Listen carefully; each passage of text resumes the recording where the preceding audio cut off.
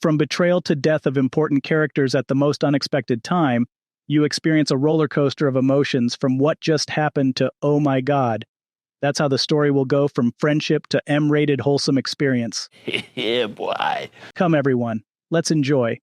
So, the story revolves around a dying world where all the countries are fighting to conquer different mother crystals, the source of magic and the countries associated with it for their own benefit. It's all about power, and powerful men don't want to lose the authority. That's because shards excavated from mother crystals are used in everyday life.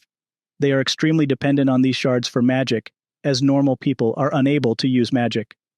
Everyday life work is dependent on them, from generating water to freezing foods and many more, and sometimes they will go to any length to get them. There is also slavery in this game. Yeah, the game is pretty dark.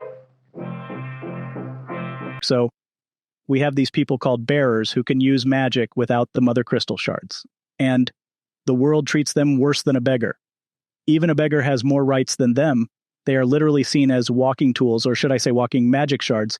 They go through harsh treatment and are used in everyday life or as weapons. If you see a brand on their cheek, then you know it's a bearer. The story also heavily focuses on dominance, on how they are perceived differently from bearers, and how their existence affects the world. They are literally humans who can use magic using the power of their icons. Icons are massively powerful elemental beings, similar to summons in other Final Fantasy games. Some dominants are seen as gods, while some are seen as weapons of mass destruction. All in all, most countries treats dominants as powerful figures, and are given a respectable position, sometimes even having more power than the higher authorities, completely different treatment than those bearers. As for main and even side characters, I would be pleased to announce that characters are well fleshed out. Each character has a unique personality, from serious to comedic to many more, giving them a unique charm. You can feel that they are distinct. Sometimes they may feel awkward during side quests where the voice acting may feel odd, but most of the time I felt that they were pretty good. And if you're enjoying this video, please like and subscribe. This helps the YouTube algorithm know that you are enjoying this video. Now let's talk about gameplay. This is a very controversial topic. Final Fantasy fans out there who love the combat mechanics of past games. Don't get me wrong, I loved them, but I would prefer the action combat of Final Fantasy XVI. It's just my preference.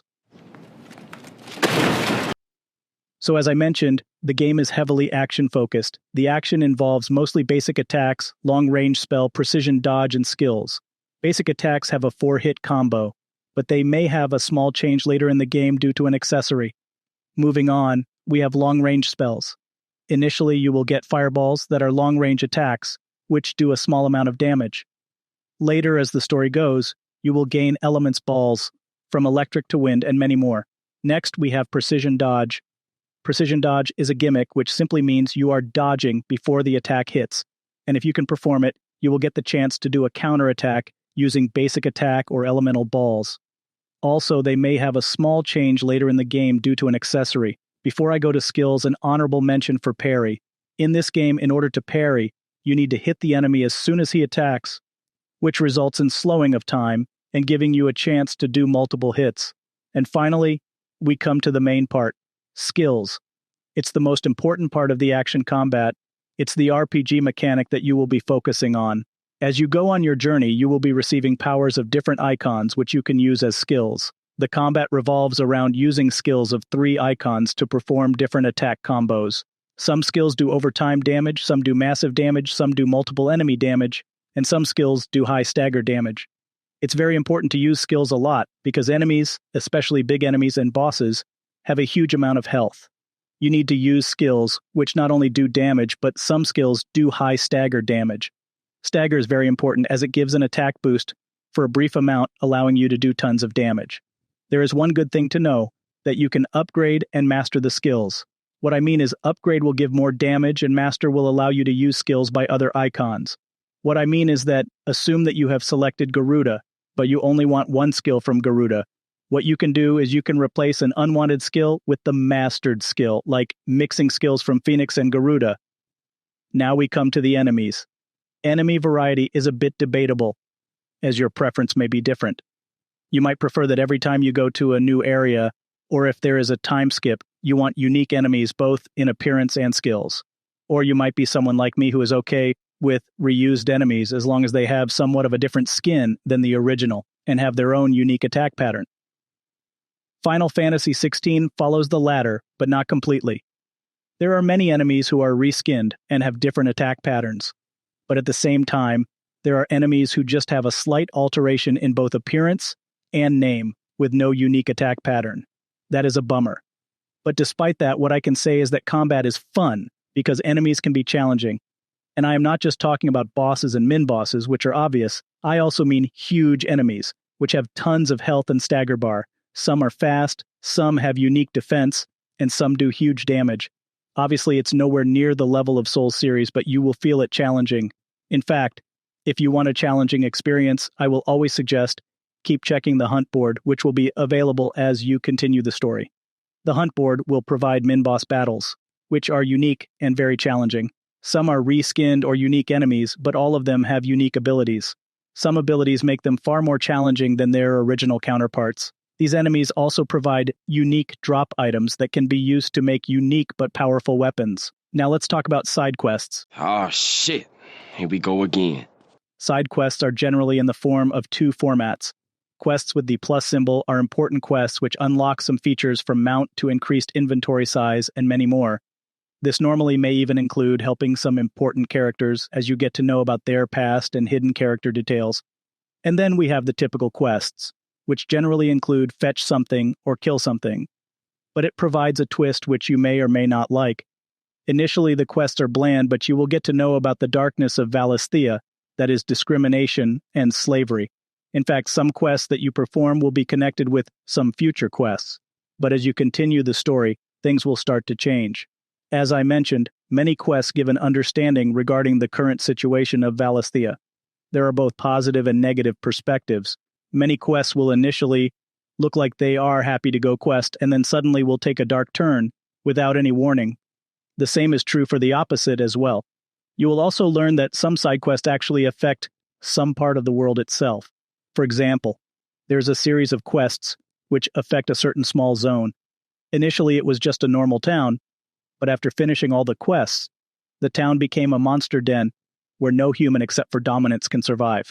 Some may look boring, but then there many are really good quests, even if they are just fetching quest, kill something, or inform someone. There is also a different side to it as well. I mentioned hunt boards, which allow you to fight unique enemies. Side quests also do the same.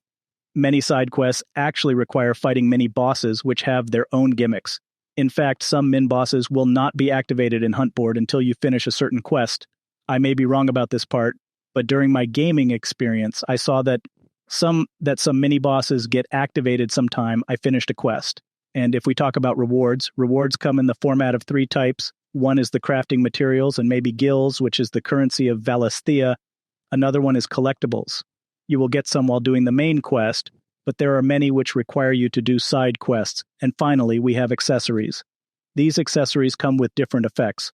I may include plus attack or defense or increased in attack power of a certain skill and many more. Some have only a small effect on the combat, while some have tremendous affect to the point that they affect the gameplay. It doesn't make the game easy, but they can change the combat style depending on the accessories. There is one point to note that the voice acting in side quests are sometimes good and sometimes awkward, but they should not affect your experience much. At least in my experience, I just felt a little odd whenever that situation came. And finally, we talk about the soundtrack and boss battles. I wanted to talk about them together as they are connected. First, let's talk background music. Normally, when you are outside the hideaway, you can experience different background musics, but generally, they are ambience, just to give the feeling of the atmosphere. But once you return to the hideaway, you play some really good background music, and you can even change them. Generally, you will get music scrolls while doing the main quests, but sometimes you can get them through side quests. You can also buy them from vendors, but they are a little expensive. But what about music during boss battles? First, let me say something about boss battles. The only thing I can say is holy cow. First of all, when developers said that the boss battles, especially icon battles, were a roller coaster experience, they were not joking. Each icon is unique, and it gives you the feeling of fighting against something incredible. Even battles with Dominant are extremely fun. There is one point to note. is that these boss battles are a combination of action combat and QTEs. In fact, these QTEs are extremely impressive.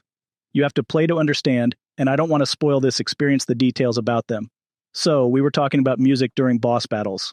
All main boss battles will have their own music, and they are freaking good. The orchestra is just a banger after banger. I can guarantee you will definitely say some swear words because that's how amazing they are, and you will ask for more after that. So you might be asking a question that this video felt extremely positive, and you are right. That's what it is. This video is not about criticizing about what is wrong or what can be done better. You will find many videos about it online which are far better. Instead, this video aims to provide an explanation as a casual gamer that the money you spent, will it be worth or not? And yeah, it is. To be honest, there are still some more things, but I don't want to mention them because I have already said too much, and I just want everyone to play and enjoy this game freely. And it's okay to not like this game as well, because not every game has to be perfect. You love something, and you hate something. In conclusion, Final Fantasy XVI is amazing, and I hope they make similar games in future.